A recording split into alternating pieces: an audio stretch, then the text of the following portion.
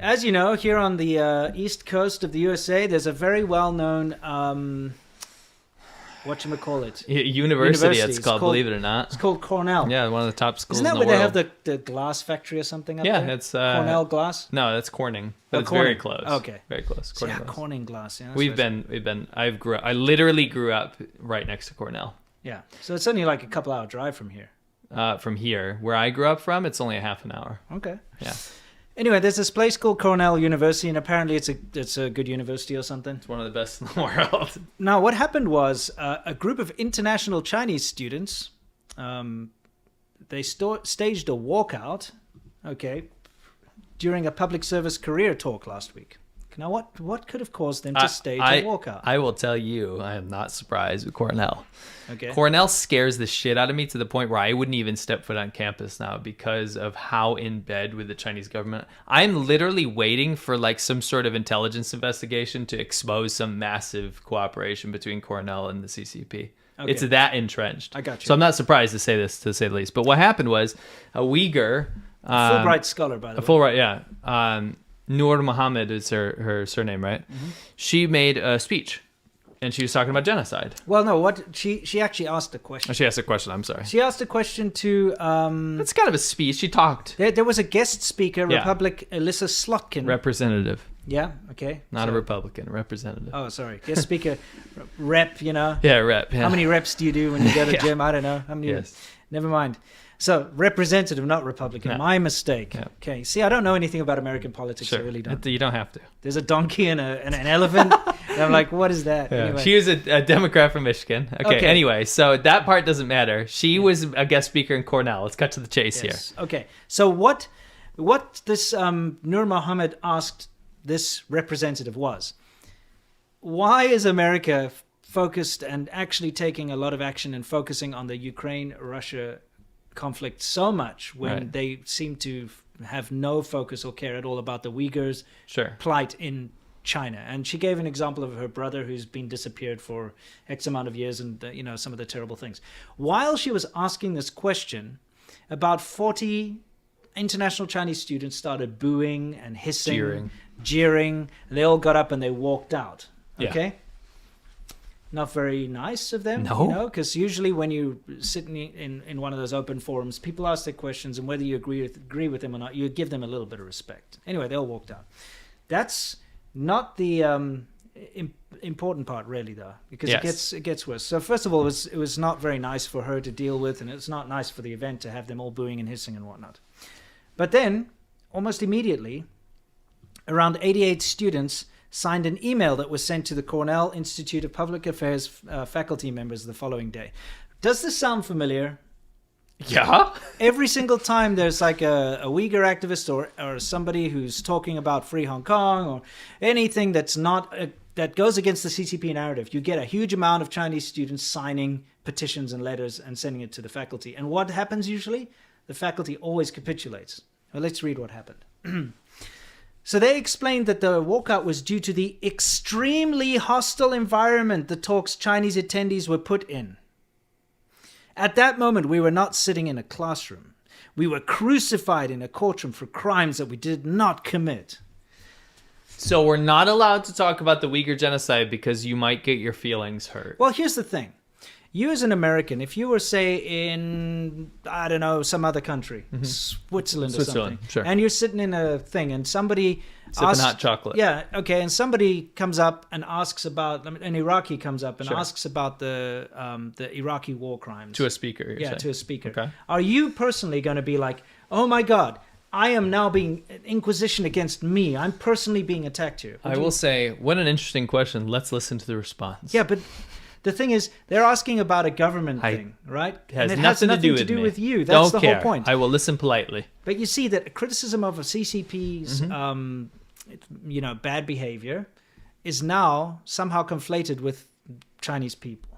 You know what I mean? So you can't say the CCP is genociding Uyghurs without saying Chinese people are genociding Uyghurs. It's basically where it's got to. You're absolutely spot on. But listen, I'm more curious as to what was the official response to the university? Okay.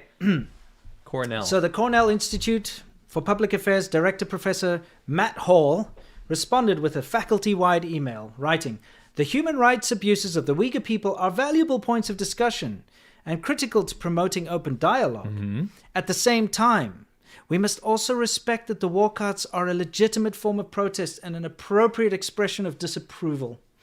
Okay? But it gets better because the next email that they released was also by the guy. So in a follow-up email, Hall and the dean of the Cornell, Jeb E. Brooks School of Public Policy and Colleen Berry said, the events that transpired last week spurred divisive discourse and engaged us in serious conversation related to how best to speak up in the face of genocide and human rights atrocities against the Uyghur people. At the same time, they remind us how harmful it is when conversation devolves into derogatory anti-Asian expression. Wait a second here. Cornell, let's take a real... What are you, the CCP? You trying to play both sides here? Yeah. So, okay, we acknowledge the genocide, kind of, like, tentatively here. Yeah, it's like, oh, yeah, we should talk about this. Just as important is forced sterilization, murder, rape, and torture of an entire ethnic group in Western China. Just as important is we got to make sure that people don't get upset. And that there's no anti-Asian conversation. Well, wait a second. Are Uyghurs Asian? They certainly are. What would you say the most anti-Asian thing you could do is probably murder people and get rid of their entire ethnic group? Yeah. So what was Noor Muhammad's response? She said, of course she was upset. She said, you're talking about anti-Asian?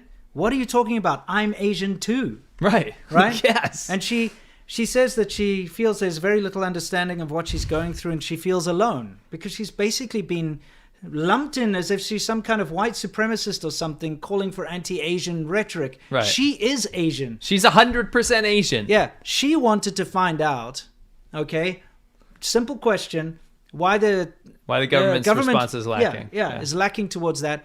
First of all, she gets booed, heckled, and whatever. They walk out. They write a big letter to the faculty, basically saying that they felt they were, in a hostile environment and it was terrible for them. Why? Because someone asked a damn question. Yeah. Okay. About genocide. Yeah, and then the university's lackluster response is, it's important to talk about these things, but we also have to be very careful that we don't want to, hurt the feelings of these people. And then also, it is important, but we don't want to start anti-Asian. What the hell? So an Asian person asking this question is why anti-Asian. are my people being genocided is anti-Asian. An Asian person asking why are my people being genocided and why isn't your government response more robust to a public representative is called basically called anti-Asian in a way. Yeah, it is. It's being called anti-Asian. It's disgusting.